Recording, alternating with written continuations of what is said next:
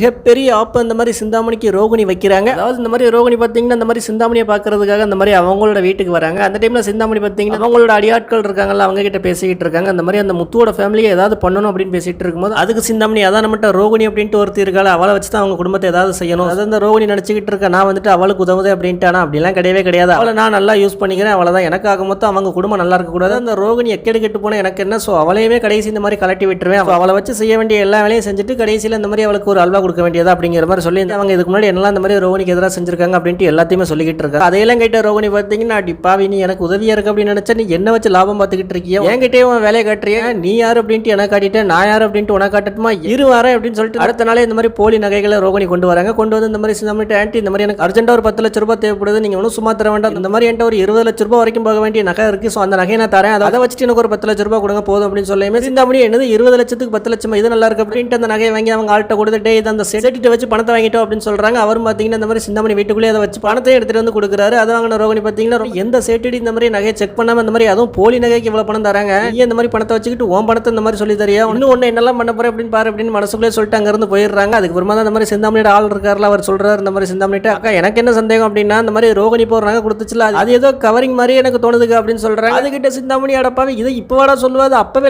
சொல்லணும், 10 லட்ச ரூபாயும் சுவாகாவா அப்படிங்கிற மாதிரியும் பார்த்துட்டு இருக்காங்க.